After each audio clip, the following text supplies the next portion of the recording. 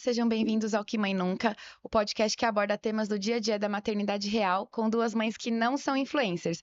Antes de mais nada, eu queria agradecer o engajamento de vocês até agora. Hoje é o primeiro episódio da nossa segunda temporada e eu sou a Paula César, mãe da Madu. Eu sou a Gabriela Rufino, mãe da Rafa. No episódio de hoje, nós vamos tratar dos grandes desafios que a vida nos impõe e a capacidade que só nós, mães, temos de superá-los. Nossa convidada de hoje é a Maria Nerkovic e o episódio se chama Que Mãe Nunca Pensou que Não Iria Aguentar a Maternidade. E aqui a gente não tá falando assim de quando a gente fala assim, eu não aguento mais a birra do meu filho, ou que ficou com febre de novo. A gente tá falando de algo assim bem mais difícil. A Mari, a gente se conheceu faz uns 7 anos por conta dos nossos trabalhos. Ela tem 39 anos e ela é mãe do Murilo, que tem 11 anos. Muito bem-vinda, Mari. Obrigada por estar aqui com a gente. Eu que agradeço o convite, fiquei muito feliz com o convite de vocês. Ô, Mari, antes da gente se aprofundar mais, começa contando pra gente, assim, com quantos anos você foi mãe? Você é mãe do Murilo, tem 11 anos, mas conta pra gente como foi. Foi uma gravidez planejada? Não foi? Foi só esperada? Foi uma gravidez planejada. Na verdade, a decisão era entre uma festa, ou de casamento e tudo mais, ou então a maternidade, visto que eu sou uma pessoa que tem endometriose, o pai é varicocele, então são duas condições que poderiam vir a trazer problemas de fertilidade. A gravidez foi natural. Então, eu comecei a tentar em outubro, não rolou, depois novembro, no finalzinho de dezembro, antes do atraso, eu já sabia que eu estava grávida. Fiz o primeiro teste, positivo, já saí contando para a família toda. Embora eu seja enfermeira e saiba que a confirmação da gestação, ela é com o batimento cardíaco fetal, eu já tinha espalhado geral, colocado ali no, acho que na época era o Facebook e tudo mais. E aí, com 5 semanas, eu fiz o primeiro ultrassom. Nesse primeiro ultrassom, eu nem me atentei de que não havia batimento cardíaco fetal.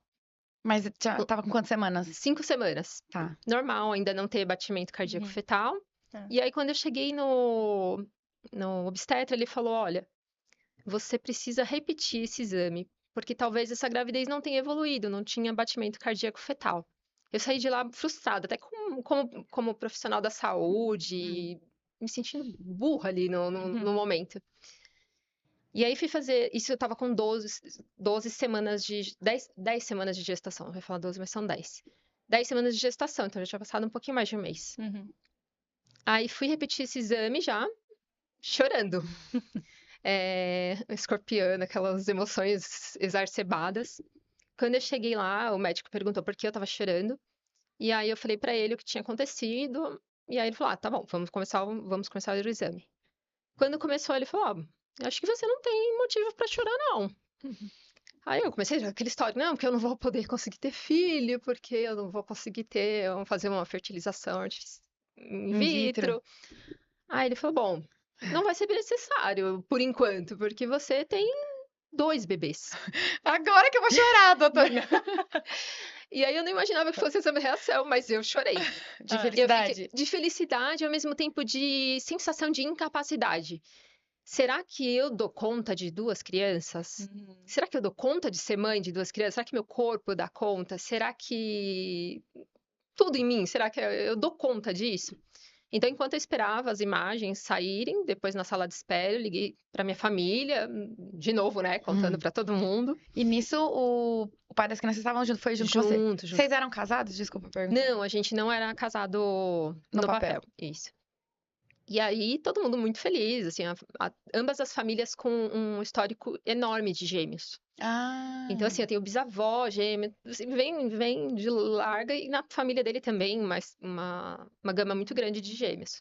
Só que ninguém com intercorrências na gestação. Então, eu já comecei a imaginar, essa gestação não vai durar 40 semanas. Essa gestação talvez seja uma gestação ali de 36 a 38. Tinha conversado com o obstetra também. Ele falou que eu sempre era muito ansiosa. Imagina, né? Em todas as consultas. Só que tudo transcorria normal, estava trabalhando normal, não tinha nenhuma restrição. Só que, de repente, com 23 semanas, eu comecei a sentir dor. E aí, passei uma noite inteira meio dolorida e fiquei em dúvida se talvez eu tivesse com um cálculo renal, alguma coisa do tipo, assim, meio que uma dor nas costas. E aí, no dia seguinte, eu falei, bom, como a gente não pode, a gente morre de medo até de tomar qualquer medicação e aquilo fazer mal pro bebê e coisas do gênero, eu fui pra maternidade pra passar numa consulta e tomar medicação na veia, algo que fosse seguro. Por uma dor que estava um pouco mais forte do que uma dorzinha que a gente conseguisse controlar, de repente, sei lá, com uma medicação que já estava prescrita. Quando eu cheguei lá, eu senti que a primeira obstetra me tratou como uma mãe queixosa. Uhum. E aí eu senti que ela não deu atenção ao que eu estava sentindo, fez um cardiotoco. Ela falou: você nem tem idade gestacional para fazer um cardiotoco, não dá para detectar nada de diferente. Mas o meu instinto me dizia que não, que tinha algo errado. Aí fizeram ultrassom e tudo mais. Quando eu fiquei esperando eu trocar o plantão e fiquei tomando medicação, porque eu falei, bom, vou esperar a troca de plantão e vou conversar com outro profissional. Quando esse outro profissional foi me examinar, eu já estava com 4 dedos de dilatação. Nossa. Eu já fui internada direto para semi-intensiva, que fica no mesmo corredor das salas de parto, da Promatra, não sei se pode falar nomes aqui. Mas eu já fiquei na semi-intensiva com uma medicação que serve para segurar a gravidez, o convênio cobriu, não tive nenhum estresse quanto a isso. Nas primeiras 6 horas, quando a gente recebe a dose de ataque, isso foi suficiente. Uhum. Depois é que o bicho voltou a pegar, porque Tá as com contrações contração. voltaram. Quando foi no dia seguinte, isso era um sábado, no domingo, no dia seguinte, eu recebi a visita de uma amiga. Enquanto ela estava lá, ela também estava gestante. A gente tinha 1 mês de diferença de gestação. Então, os meus bebês provavelmente nasceriam em setembro, 1 mês e pouquinho. E o dela em novembro, mais ou menos. Eu falei pra ela, vai embora. Aí ela falou, nossa, que grossa. Aí eu falei, não, vai, porque eu tenho certeza que as coisas não estão bem e você tá grávida, não quero que você passe nervoso. Vai pra casa, depois a gente manda notícia. Aí pedi pra chamar o médico plantonista, ele me examinou e eu já tava com quase 9 de Meu dilatação. Deus. E ligaram pro meu obstetra, até então a recomendação era de que eu não ficasse sendo manipulada, né? Então eu segurei até o último minuto pra Mas, chamar um profissional. não, continua. Eu ia perguntar se você teve parto normal no final das contas. Foi? Foi normal. Ele não é normal, mas é normal. Tá, né? Foi natural. Foi assim. natural. E aí, quando eu cheguei na sala de parto, né? Digamos que é como se fosse uma antessala ali. E aguardando meu médico chegar, começou uma confusão entre os médicos plantonistas e o meu médico no telefone. Entre o parto normal e o parto cesáreo. Ele chegou praticamente entrando na sala e vestindo a roupa. Ele me examinou e falou: ó, não, a gente não tem como fazer a cesárea porque o Murilo já está encaixado. Eu já consigo ver a cabecinha dele aqui. Então a gente não tem. O parto cesárea não é mais uma opção. Uhum. Prosseguiu com parto normal e depois quase tivemos que fazer um parto cesárea por conta da placenta que ela não estava madura e ela não se desprendeu, não saiu. Meu Deus. Mas conseguiram com a medicação, induzindo mais contrações para que fizéssemos o parto da placenta nesse segundo momento. Ele chegou com cadeirinha perto de mim e falou assim: olha, eu vou te ser muito sincero, a chance deles é de minutos ou no máximo algumas horas. Nossa. Pouquíssimas crianças sobrevivem a um parto tão prematuro. Isso foi em 2013. A gente já tinha um histórico de partos prematuros. Na Mas sua família? não, quando eu cheguei lá na primeira vez na UTI, tem meio que um quadro ali das crianças que nasceram prematuras. De todas as crianças que nasceram prematuras, só tinha uma de 24 semanas, nenhuma de 23. Ah, entendi. Então eu já fiquei assim assustada, já comecei a olhar na internet, pesquisar e as chances eram baixíssimas e as complicações também, né? Eram crianças que só sobreviveriam ou que só tinham histórico de sobreviventes com inúmeras sequelas. Então foram dias muito tensos. A minha filha Isabela, ela sobreviveu 9 dias. No quinto dia já era sabido que ela não tinha mais chance. Meu Deus. E aí eu conversei com a médica na hora que passou a junta e eu pedi para ela para que parassem as manobras Respiratórias? Ou outras? de reanimação. Eu cheguei, ela estava num respirador que chama alta frequência. Então, imagina, alta frequência num corpinho de 400 gramas, Meu 500, Deus. aquilo é uma visão horror. Falei, não, pode tirar minha filha disso. Uhum. Ela vai melhorar nesse respirador? Ela falou, não. Falei, não, então a gente vai diminuir esse sofrimento. Não. Eu quero ela, então, no respirador normal, já que é a única opção. E aí, foi optado por tratamentos paliativos. Já estava com necrose de extremidades, uma hemorragia com deslocamento de linha mediana. E aí a gente fez essa opção e ficava todo dia esperando a hora que a gente ia chegar ou que momento que os parâmetros iam parar. Sabe quando você só fica, parece que focado, porque o equipamento dela era o único que não parava de apitar o tempo todo, né, na sala. E aí eu pedi para que me ligassem, ao invés de ligar para os meus pais, por conta de histórico de pressão alta, de saúde. Mas quando aconteceu, eles ligaram para os meus pais. Quando a minha mãe me ligou de manhã Por que eles cedo, ligaram pros seus pais? E não não... respeitaram e seguiram o que estava lá no. Porque, assim, na cabeça deles não é bacana ligar para a mãe. Então ligaram para os meus pais. E aí, quando minha mãe ligou, eu falei: não precisa falar nada. Aí minha mãe falou: eu te encontro lá. Eu já sabia, o pai das crianças, assim, tava num momento de fé cega. Então, assim, não, pode ser que vai precisar de alguma cirurgia, algum procedimento. Aí eu me calei, porque naquele momento eu já sabia que não tinha mais o que pensar. Eu acho que eu fui o caminho todo, assim, chorando, aquele choro solitário, porque eu não podia ali compartilhar, porque ele tava num momento, assim, cheio de julgamento. E quando eu cheguei lá, o óbvio já tinha acontecido. Então, eles ainda não tinham tirado ela da incubadora por respeito, para que pudesse ter um momento ali de despedida. E aí, naquele dia, eles saíram para ver todos os trâmites de velório. A minha família é uma família que tem aquela cultura do velório.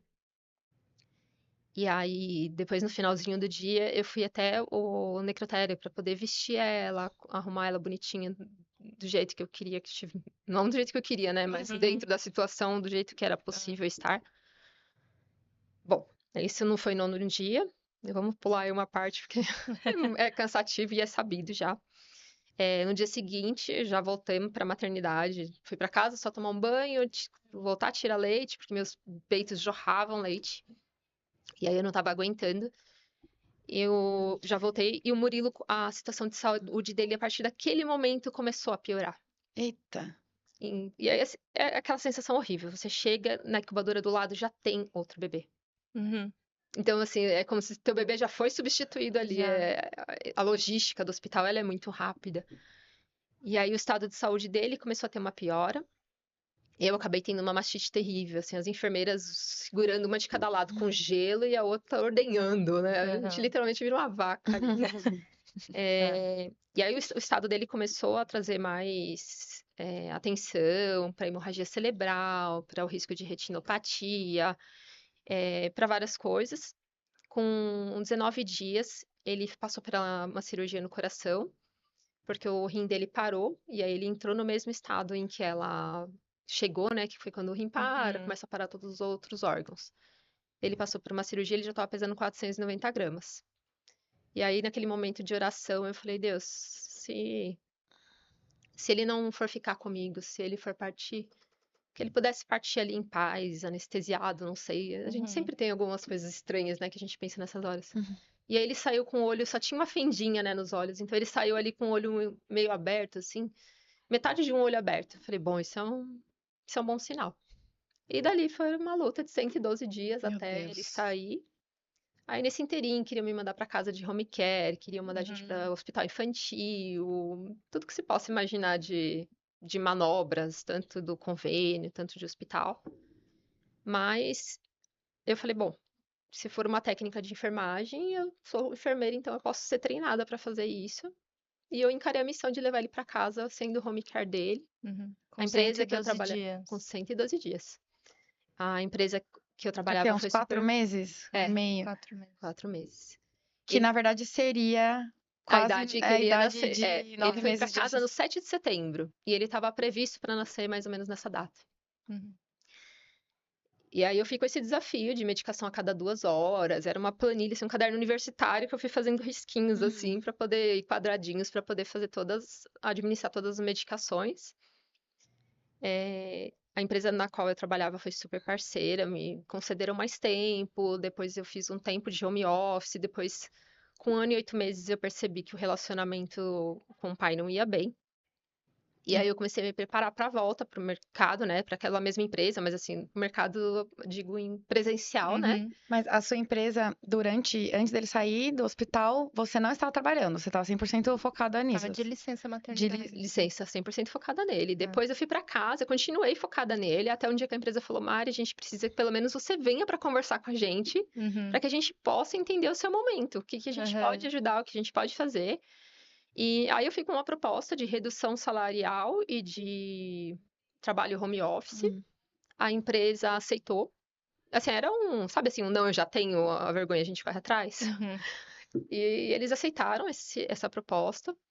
Quando ele fez 1 ano e 8 meses, eu comecei a me preparar para voltar. Então, eu vi uma escola que desse flexibilidade de horário. Então, por exemplo, a pediatra começou a falar em conviver com outras crianças, a diminuição do risco de internações por conta de infecção, normal, que Uhum. acontece Na até escolinha. com as crianças Uhum. típicas. E aí, com 1 ano e 8 meses, eu comecei a me preparar, porque eu já sabia que o pai estava já levando uma vida aleatória ao nosso relacionamento. E aí eu só finalizei o relacionamento, porque eu acho que ele não tinha coragem de encerrar ali Uhum. Mas você o acha que capítulo. isso foi por conta do Murilo, do filho de vocês? Ele não aguentou, talvez, a paternidade, porque assim, né, a gente fala assim, a mãe não tem opção, né, de não aguentar a Não tem, maternidade. não existe Você essa acha que foi opção. por isso? Certeza, Certeza. certeza. Ele dava sinais claros de não aceitação. O tempo todo ele sempre me colocou como louca. Tipo assim, ela tá ficando maluca, ela não Uhum. para de seguir o que a médica fala, não é assim. E vocês moravam juntos? Não, quando eu saí do hospital, eu já percebi que as coisas não estavam tão legais. Já estava lá na maternidade, a gente já começou com muita discordância. Ele já começou como se tudo que era recomendado, ele queria como se aquilo fosse um exagero. Uhum. Ele é E profissional da saúde também? ele era instrumentador, mas eu sempre fui uma mãe que, por exemplo, meu filho nunca fez 40 horas de terapia semanais, 40 e poucas horas semanais. Eu sempre fui uma mãe que filtrei as coisas. Meu Uhum. filho, o pessoal brincava no trabalho até um tempo atrás que parecia Peppa Pig, porque ele vivia brincando no barro. Então, assim, eu filtrei muito. A gente vai fazer terapia? A gente vai, mas a vida dele não vai ser a terapia. Ele vai fazer tudo que é necessário? Vai, mas as lembranças dele precisam ser lembranças De de infância. infância. Uhum. Ô, Não uma Mari, lembrança dentro de 4 paredes de uma clínica. só para o pessoal entender, junto com o prematuro, ele veio com outros diagnósticos, né? Aí você pode contar exatamente assim tudo. E a pergunta é: esses diagnósticos todos que ele teve foram por causa da prematuridade ou tem algum fator genético envolvido? Você sabe? A prematuridade, ela trouxe a retinopatia, que a gente precisou acompanhar por um bom tempo, mas como sequela só deixou uma miopia e um astigmatismo, coisa que até a gente hoje em dia está tentando ainda fazer alguns ajustes. Ele tem aversão a usar o tampão, mas também não é um astigmatismo tão grave ou Hum. algo do gênero. E aí eu tenho primado pela paz do que ter razão. Uhum. Ele teve muitos problemas, internações respiratórias por conta de um pulmão displásico. Então, é um pulmão que, se de repente eu levo num hospital que não tem o histórico dele, geralmente ele já quer internar. Hum. Então, eu levo sempre no mesmo hospital porque tem um histórico dele, porque esse pulmão é um pulmão mais deficiente. Ele teve hemorragia cerebral, então ele tem uma paralisia cerebral. Atingiu ventrículos, Isso então, na UTI ainda. na UTI. A fragilidade dos vasos faz com que eles se rompam e tenham como se fosse um AVC, né, no adulto. Uhum. E aí, como atingiu ventrículos, ela é classificada como uma hemorragia de grau 3. E esse grau 3, ele traz muitas comorbidades para a criança. Inclusive, me falaram: olha, ele não vai segurar o pescoço, ele não vai andar. Com 3 anos, mais ou menos, a gente estava na rede Luci Montoro, que é uma rede muito bem conceituada, e eles queriam que eu aceitasse por toda a lei a cadeira de rodas. Só que ele engatinhava, Hum. embora ele fosse um pouco molenga. Eu falei: bom, se ele engatinha, ele vai andar. E aí eles passam a gente pela assistente social, psicóloga, um acompanhamento da mãe também, é multidisciplinar, assim, não só para criança, mas para a mãe também. Então, esses diagnósticos todos que vieram, principalmente a paralisia cerebral, ela é a mais desafiadora, porque atingiu uma área responsável pela fala. Uhum. Então, ele só foi começar com as primeiras palavras com 6 anos, a balbuciar as Mas primeiras porque palavras. você colocava ele na fono, provavelmente desde o início você Desde o início, a gente já estava trabalhando, porque assim, ele não sabia nem mamar. Então, quando ele Uhum. foi para casa, a gente tinha que dar a mamadeira, era assim, dava um golinho, tinha que parar um tempo para ele respirar. Então, ele era descoordenado até para mamar. Uhum. Então, se eu deixasse, ele ia saturar e aí eu ia precisar de oxigênio e aí eu não estava num ambiente Uhum. hospitalar e nem queria viver com um oxímetro e Uhum. oxigênio, porque eu conhecia muitas mães que já estavam andando ali com um carrinho de oxigênio, que é o normal. Uhum. Então, eu aceitei o desafio de que as coisas fluíssem da maneira mais natural possível. Mas a gente foi fortalecendo. Até hoje ele tem muitas limitações. Só come a carne se for uma carne muito molinha. Me brinca, só come filé mignon. Uhum. Ele não quer comer uma carne que tenha que mastigar um pouco mais. Por quê? Porque ainda existe, além da questão neurológica, tem a questão muscular, que precisa ainda de fortalecimento. Tem deformidade na parte orológica, por conta do tempo prolongado de intubação. Então, são muitas. Então, a parte da mobilidade também mexiam com uma área do equilíbrio. Então, ele é um PC atáxico, que eles falam, né? Que é uma criança que tem paralisia cerebral e tem aquele desequilíbrio. Então, ele é uma criança que não pula, é uma criança que só consegue descer e subir escadas com um apoio no corrimão, Uhum. porque ele pode, até mesmo andando, ele me procura como muleta, sempre o tempo todo Uhum. assim, tá sempre de braço dado ou de mãozinha dada, porque em alguns momentos, ele tem esse desequilíbrio. Mas ele anda, essa é a Uhum. parte feliz, Legal. assim, ele senta, ele anda, ele apronta, eu sou chamada na escola. É isso que eu ia perguntar, é a vida escolar dele? É, Ele frequenta uma escola com outras crianças que não possuem as mesmas condições que ele, ou não? Tem que ser uma escola diferenciada? é uma escola regular. Há 2 anos a gente teve o diagnóstico também de autismo. Há Já assim, 2 anos? isso, a gente já desconfiava que existia esse diagnóstico desde os 6, 7 anos. Uhum. Mas ficava, mesmo para os profissionais, ficava um limiar muito difícil de falar assim, bater o martelo, é ou não é. Ou é por conta Da de tudo o que ele paralisia, tem, né? todo o histórico da prematuridade, da paralisia cerebral, ou é por conta do autismo? Então ficava muito difícil. E aí tem mais ou menos 2 anos que a neuro bateu o martelo e falou, não, ele tem a questão do autismo, porque aí começaram a aparecer estereotipias, mania, algumas coisas que são muito características do autismo. Uhum. Então, é desafiador, ele já passou períodos assim de agressividade, de ter que ser medicado. A escola, mesmo sendo regular, já é a terceira escola que ele frequenta.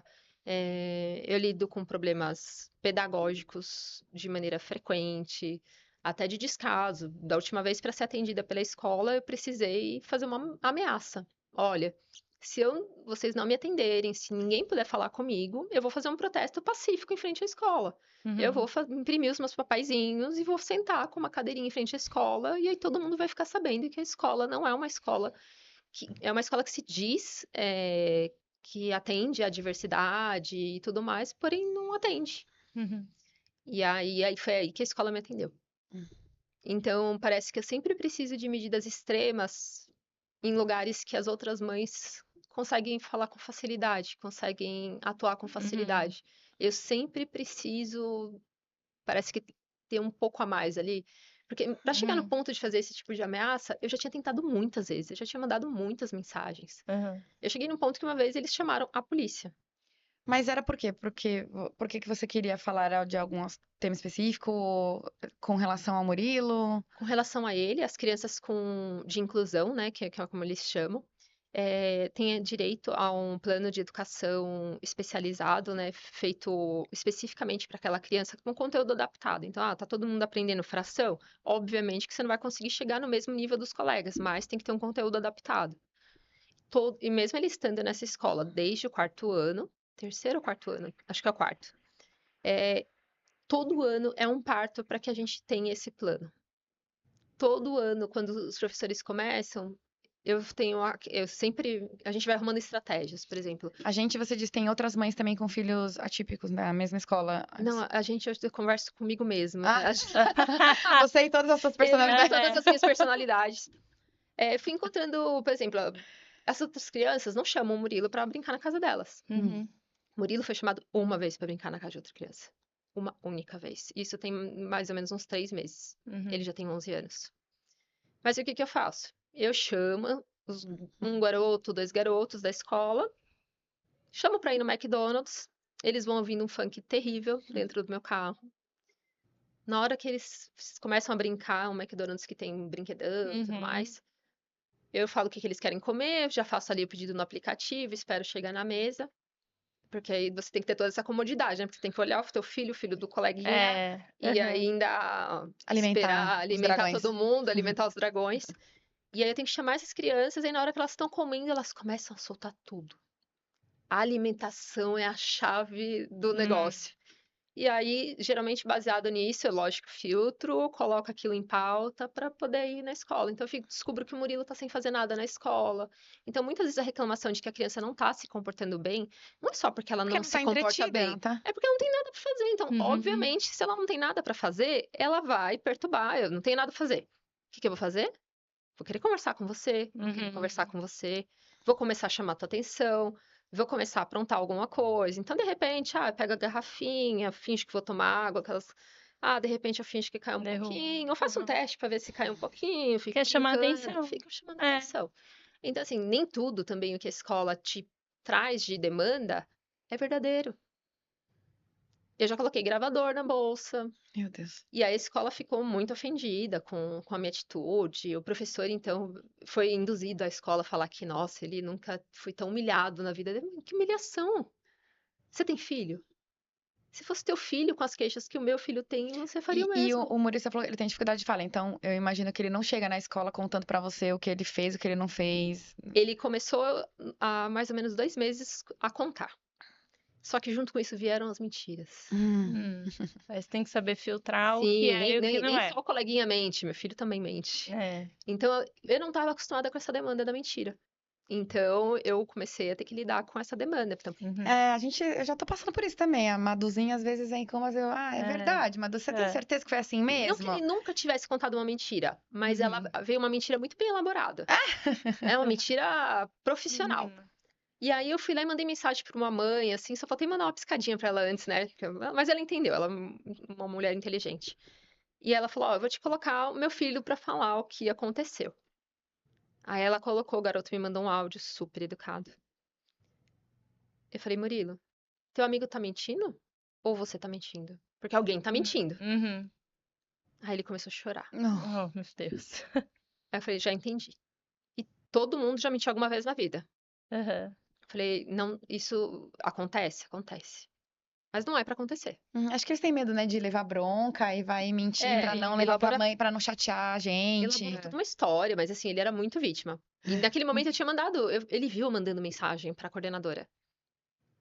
E aí eu pensei, bom, quando eu estiver mandando a mensagem, ele vai assumir que mentiu. Uhum. Ele não assumiu. Só depois que o colega mandou o áudio. Aí eu fui lá e apaguei as mensagens que eu tinha mandado pra coordenadora, ela não tinha visto ainda. Uhum. E depois eu tive a oportunidade de falar com ela. Falei, bom, eu apaguei porque eu vi que era uma mentira.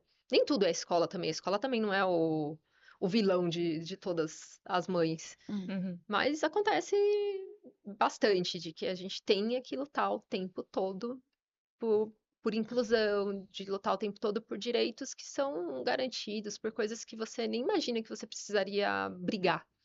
Que até por, sem ter uma lei ou um direito garantido, você imagina que aquilo, qualquer pessoa com o mínimo de Bom bom senso. senso, de humanidade, de Empatia, empatia, exato. aquilo eu faria por qualquer criança que eu conhecesse. Uhum. E a gente vê que isso Ó. não é a ordem natural das coisas. E com um monte de diagnóstico que o Murilo tem, um monte de terapia que ele tem que fazer desde pequenininho, como que você faz isso? Tendo o seu trabalho, tendo a escola dele, como todo dia que você leva, todo dia ele faz alguma coisa, você tem rede de apoio que te ajuda nisso? O pai dele, você estava contando antes que com 1 ano e 8 meses vocês se separaram, mas ele participa da vida, ele ajuda na criação? Não participa. A minha sobrinha não conseguia entender, minha sobrinha tem 7 anos, essa coisa de um pai que não participa. O pai dela, embora não participe muito, mas participe ali em alguns momentos. E aí um dia eu já tinha tentado contato telefônico, ele vai trocando de número de telefone. Eita. E aí a minha irmã estava morando numa casa, ela voltou a morar com os meus pais, por uma situação, uma dificuldade ficou desemprego, uma situação pontual que aconteceu. E aí a gente passou muito próximo. Eu evito passar na rua onde o pai dele mora, né? Uhum. Mesmo sendo tipo 1 quilômetro da minha casa. A gente passou e eu vi ele parado em frente. Falei, bom, essa é a chance da Milena ver que o pai do Murilo existe de verdade, porque parece que ele é uma lenda, que ele não existe, eu tô mentindo. E para que o Murilo também possa pedir, de repente, o telefone dele, porque ele demonstra que ele quer contato com o pai. Do lado, ele estava aqui desse lado da rua, né? Temos a rua aqui no meio. Aí eu fiz. Aí ele fez. Assim, literalmente, o gesto foi esse. Aí eu tive que dar um grito, né? Você pode vir aqui? Aí ele atravessou a Isso já rua. tinha passado quantos anos? Quantos anos o Foi Murilo? esse ano, o ano Foi agora. passado. Nossa, e até Não. então, não, zero Ah. contato? Zero contato. Morando na mesma rua, zero contato. Ele só tem ciência de que o filho tá vivo porque de tempo em tempo ele tenta diminuir a pensão. Ele conseguiu, na verdade. Hum. Uma pensão que vamos supor que era R$ 1.000, ele conseguiu diminuir. Em fevereiro, acho que eu recebi R$ 346. Por vínculos empregatícios duvidosos e tudo mais. E aí ele pediu para que ele atravessasse a rua. Aí ele atravessou a rua e fez. Ai, meu Deus. Eu falei, bom, teu filho queria falar com você, a minha sobrinha não consegue entender quem é um pai que ela nunca viu e tudo mais. Eu tô cheio de problemas. Eu falei, meu amor, mas já tem 11 anos que você tá cheio de problema. Aham. Porque eu também sou uma pessoa linguaruda, né? Uhum. Eu falei, já tem 11 anos que você tá cheio de problema. Aí ele falou, não, meu problema é você. Ah, tá. É porque Tem 11 anos que eu sou seu problema? eu nem te Eu procuro, falei, olha, eu nem peço nada pra eu não você. procuro, eu não peço nada, você não faz nada, você não acompanha o que você perguntou sobre a Uhum. terapia. A minha rede de apoio são só os meus pais. Eu contei com períodos em que minha mãe pôde ajudar, em que meu pai ficou desempregado e pôde ajudar, períodos em que eu pude, de terça e quinta, levar o meu filho na terapia, e aí eu trabalhava aos sábados, então a gerência naquele momento não sabia das terças e quintas, sempre que possível, de manhã eu estava com ele na terapia, sempre marcava os primeiros horários. Uhum. E porque eu estava sempre trabalhando aos sábados e domingos com um volume muito grande de urgências. Então, acabava que, por ser PJ, as coisas meio que se equalizavam. E a gente sempre busca compensar mais, né? Porque a gente sabe que a situação da empresa, do funcionário, nunca é uma situação igualitária. Nunca é já numa maternidade normal, digamos assim, né? Típica. Isso. Imagina assim, aí tem toda aquela questão, né? Do empregador também ter o bom senso, ter empatia e ter essa questão de diversidade, né? Porque você precisa de mais apoio do que uma mãe Uhum. regular. Sim. Duas estatísticas. Hoje, uma a cada 38 ou 36 crianças, que são 36, tem autismo. Diagnóstico de autismo. Isso só de autismo, a gente não tá falando de síndrome de Down, Uhum. mas uma série de síndromes que são descobertas ao longo do tempo e que também trazem muita dificuldade, tanto para pais quanto para criança. E 80% dos casais cuja criança tem algum diagnóstico, se eu não me engano, essa estatística também são de crianças com autismo, mas eu acho que meio que se aplicam a todas também não ficam juntos. Uhum. Então, apenas 20% vão estar juntos. E mesmo aqueles que estão juntos, A carga da mãe é sempre nesses maior. 20%, vocês acreditam? Porque eu tenho exemplos de maternidade típica. Tenho amigas, tenho irmã, tenho primas. Uhum. Vocês também são mães. A carga sempre fica maior que uma mulher. Mesmo na maternidade típica e na típica. Uhum. É por isso que eu falei assim, a questão, ele desistiu, né? Porque não aguento a paternidade, é demais pra mim, não consigo, não nasci pra isso. A gente não tem opção. Ah, A mãe não vai, quer dizer, claro, né? Tem mãe que abandona, mas assim, raramente, a né? gente não tem como. Se não for você, quem que vai fazer? Quem que vai cuidar do seu filho? Por Hoje, mais que a gente tenha rede de apoio, no final Uhum. das contas, quem vai decidir o que vai fazer ou não é você. O convênio, né? Graças a Deus, tem o convênio e que é teu, entendeu? Assim, tudo depende da mãe, É. tudo depende de você. O E, Murilo, Mari, voltando pro tema do episódio, que a gente falou que mãe nunca achou que não iria aguentar a maternidade. Em algum momento você achou que não iria dar conta? eu acho que vários. eu penso todos os dias que eu não vou dar É. conta. Principalmente nos dias difíceis. Dia, sei lá, de que tá doente, que eu também sei que não sou a única também. Mas o dia que tá doente, o dia que tem um problema mais difícil com a escola, um dia que ele chora porque os meninos postaram que estão na casa de um amigo jogando e ninguém convidou. Sabe assim, os dias mais difíceis? É, eu vou deitar e penso, será que eu ainda aguento amanhã? Ou, por exemplo, nesse momento que eu tô desempregada, Uhum. eu vou ficar sem plano de saúde, vou fazer um plano só pra ele. Quanto tempo eu vou demorar para me recolocar? Esse plano que eu vou fazer é bem inferior. Uhum. A gente provavelmente vai ficar sem terapia. Eu tô buscando no SUS, mas a gente já tá na fila de novo há 2 anos. É uma fila que não anda.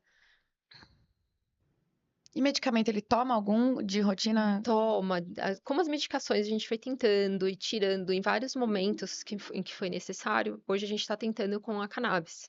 Mas aí você consegue pelo SUS, pelo Não, menos a cannabis. não, eu, na verdade, não sabia que eu ia ficar desempregada, né? Então eu fiz um investimento de 1 ano de tratamento. Então eu importei 1 ano de medicação, porque a ausência de sono faz com que o déficit de atenção seja, como é que se diz? Piore? Piora, tem uma piora muito grande. Eu tenho déficit de atenção, só que eu me adaptei à medicação comum, que se compra na farmácia, Uhum. com controle, com receita médica e tudo mais. Ele não se adaptou a nenhuma medicação. Todas essas que estão no mercado, até as mais modernas, ele não se adaptou a nenhuma delas. Ele tem todos os sintomas, todos os efeitos colaterais que você possa imaginar. Isso. E faz com que ele tenha aversão à medicação, porque ele já começou, olha, esse medicamento eu não quero mais. Aí tenta outro, não, esse É aqui porque agora com 11 esse anos, aqui me deixa a cabeça cheia, esse aqui me deixa ele já argumenta, cansado. né? Ele Já já escolhe. começa a expressar o que está acontecendo. Então, do mesmo jeito que apareceram as mentiras, apareceram as histórias que ele chega contando, apareceram as dúvidas, a sexualidade está aparecendo. Então, ele me chegou em casa, mãe, eu posso ver vídeo de sexo? Porque ele é literal. É, porque ele é É. direto. Podemos falar sobre isso? Aham. Nunca Podemos? falamos, né? Claro, Nós- claro. Eu falei, bom, eu sempre devolvo a pergunta, né? A estratégia. É. Onde é que você vai ver vídeo de sexo? Aí ele ficou pensando. Falei, no YouTube? Não, né, mãe? Aí eu falei, bom, ele já. Então, Eu tinha uma amiga já que estava sabe fazendo que no fertilização YouTube in não vitro, tem. ele me perguntou tudo. Uma amiga que engravidou naturalmente, ele me perguntou tudo. Eu já expliquei o processo todo, sem fantasiar, porque a Aham. fantasia já não estava mais funcionando, não estava suprindo o que ele Uhum. precisava ali de resposta.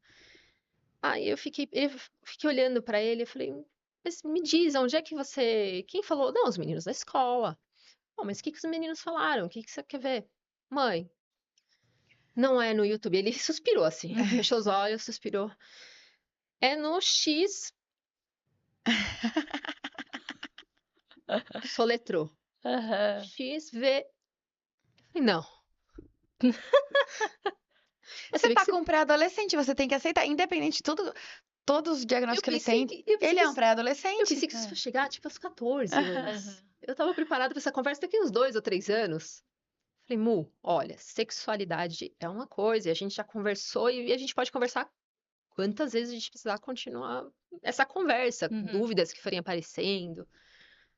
Pornografia é outra. E a Aí, mamãe não vai deixar. não vai deixar. Tivemos que Nem ter vai uma conversa. explicar, não vai. Não, eu tive que explicar um pouco, porque assim, ele Aham. não aceita se você não tiver argumento. Ele é Uhum. igual juiz, igual advogado, assim, ele fica ali te martelando do porquê que ele É não um pode. pré-adolescente. Você acha Ele, que hoje os desafios são maiores por conta que ele é um adolescente do que por conta de tudo que ele já passou, todo o histórico de saúde dele? Assim, a parte da adolescência, hormônios, tá maior do que a parte da saúde? eu me senti no expert em maternidade. Eu, nesses 11 anos de maternidade, eu acho que a fase que a gente tá passando sempre parece a mais difícil. Nossa, eu adoro ouvir as mães de crianças mais velhas falando isso pra gente, porque hoje eu falo pra ele, eu falo assim, os quase 4 anos pra mim estão sendo muito desafiador, muito mais do que Quando era, 3, 2 quando era recém-nascido. difícil comer, não queria comer, pra mim eu falava, meu Deus do céu, meu filho vai morrer de fome, ele vai ter que Não usar morre de ele fome, vai ter né? que usar alimentação integral. É. Sabe assim, a gente dramatiza, né? Também tem Aham. muito do drama. Eu sou extremamente dramática. Aí depois, meu filho não consegue usar sapato, ele só consegue usar. Uma vez eu peguei, assim, brinquei, assim, coloquei uma fita no pé dele. Aham. Ele ia pra escola descalço, ele não usava sapato. Ele Ou se então, quando você recusava. teve as dificuldades, é assim, ai, meu filho não vai falar, falou. Não vai Ai, meu filho não falar. vai enxergar, enxerga. Ah, meu filho não vai andar, anda. Então você passa por coisas muito, assim, graves, né? Muito que Graves, e seriam que as muito pessoas ficam sérias. te julgando o tempo todo, mas teu filho já tem 4 anos e tá engatinhando. Olha lá a calça dele, ele chegou no aniversário, olha lá, a calça dele rasgou. Eu falei, Falei, tudo bem, rasgou. Graças a Deus ele Sou tá eu que compro, engatinhando. ainda bem que eu tô trabalhando, eu vou comprar, eu tenho outra calça lá na bolsa, já vou trocar, ele não vai ficar Acho que a rasgado no pior fase não é a aniversário. adolescência, não é a primeira infância, é o julgamento, né, gente? Porque não acaba, não acaba. Tem desde É. que você tá grávida Eu até vejo as mães começarem a postar hoje, por exemplo, elas estão grávidas, elas já começam a postar sobre a visita do recém-nascido. É, E aí elas são super taxadas, tipo assim, nossa, fulana é insuportável, ela não quer, parece que não quer receber visita. Não, errado não tá, né? não, ela só não Eu quer era meio que o filho dessas. dela, que o recém-nascido dela passe por uma bronquiolite, Uhum. por algo desnecessário, que o bebê dela corra risco de vida É. por um descuido. Porque assim, as pessoas sempre falam que é rinite. Uhum. Não, você tá, a pessoa chega tossindo, a pessoa chega com o nariz vermelho ali, passando mal. É. Aí você tá falando, poxa, olha, eu passei por isso, eu não podia receber visita por 4 meses. Meu filho parecia o Papa, eu só mostrava na janela. Se quiser ver, vai ver pela É. janela e pronto. Mas Eu você não mais do vou. que Eu. ninguém tinha E eu motivos, já né? tinha É. enterrado um, eu falei, não vou enterrar o segundo. Eu já É. respondia curta e grossa. Não Uhum. vou enterrar o segundo filho. Eu tenho uma prima que teve um parto prematuro extremo. E aí, o filho dela, meu priminho, também ficou com 3 meses de UTI. E depois em casa, não lembro quantos meses em casa, mas a gente não podia ver. E assim, pensa que na minha família sou eu, era eu a mais nova, e depois veio ele. E nós dois temos uma diferença de 18 anos. Então, a família ficou 18 anos sem nenhuma criança. E nasceu aquele bebê que a gente tanto esperava, e a família toda esperando pela criança. Aí foi, tantos meses de UTI, a gente não podia ver. Aí foi pra casa, tava a família toda assim, desesperada. Mas a gente respeitou e ninguém foi visitar. Ninguém, A ninguém. gente tinha esse cenário. Meu primo já tava com 18, 19 anos. E aí não tinha mais praticamente ali um intervalo sem criança. É.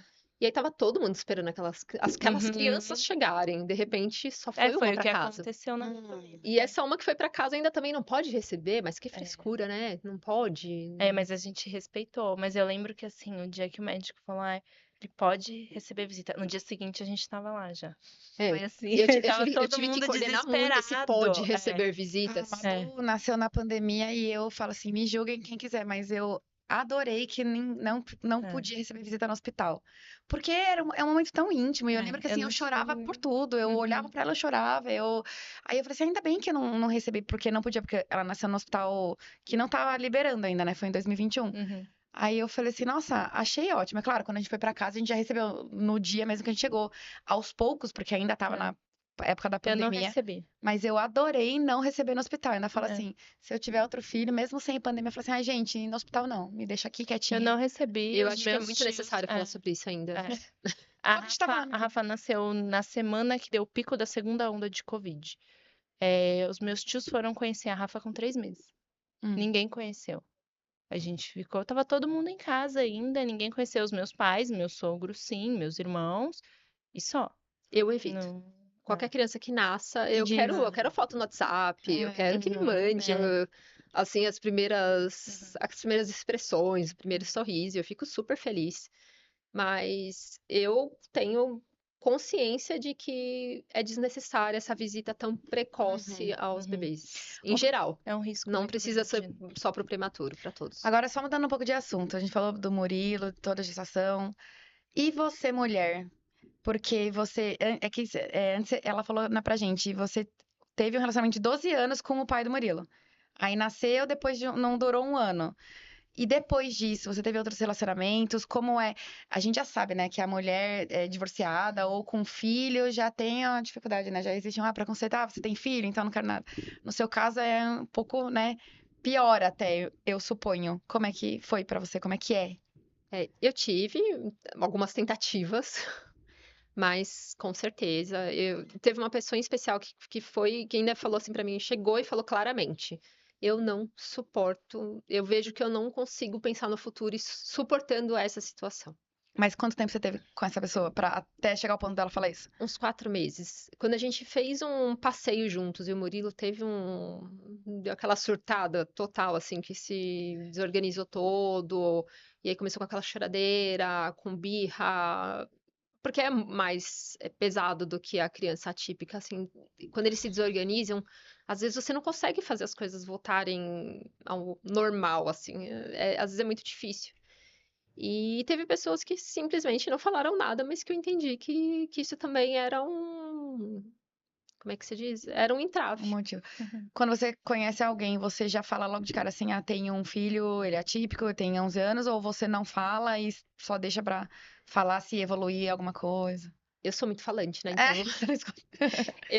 todo mundo, acho que no trabalho, conhece meu filho, principalmente, eu trabalho com médicos, então, assim, desde os médicos, médicas, pessoal PME, enfermagem, todo Hum. mundo conhece.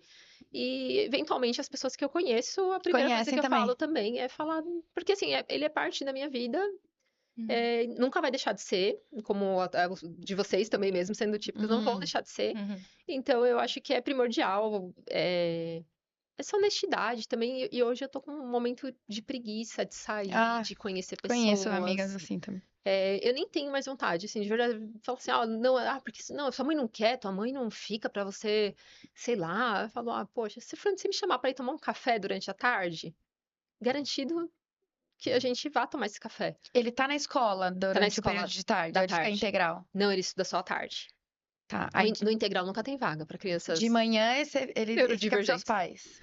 De manhã, se eu estiver trabalhando e de repente eu sei que eu vou trabalhar à tarde e à noite, ou eu trabalhei no dia anterior até a madrugada, aí eu fico com ele em casa de manhã, sempre tento Dá um... equalizar bem as coisas, até porque minha mãe já fica com a minha sobrinha, então eu tento sempre dar segurar o máximo possível, Hum. mas eu hoje não tenho essa. Parece que com o tempo você deixa de sair, você vai, parece que perdendo a necessidade Dá de. aquela preguiça, né? E hoje o Nossa, dia eu falo com várias amigas assim, hoje tá tão complicado pra se encontrar, né, alguém que vale a pena, que quem tem, tem. Quem não tem, amiga, tá tá difícil. difícil. Ser solteira, ó, solteira, sem filhos, elas estão reclamando, que dirá para quem tá numa maternidade atípica. Uhum. Então eu não sei, eu também, eu tenho, digamos que uma culpa aí, eu acho que eu já meio que chutei o balde, assim, Uhum. também não tenho procurado. Uhum.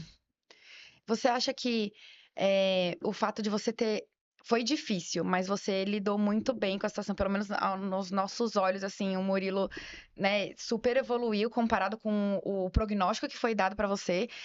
Você acha que o fato de você ser enfermeira te ajudou a entender melhor, desde quando ele estava internado na UTI, os procedimentos que teve que fazer, ou as terapias que foram sugeridas para ele? Você acha que o seu background da saúde te ajudou a tomar melhores decisões?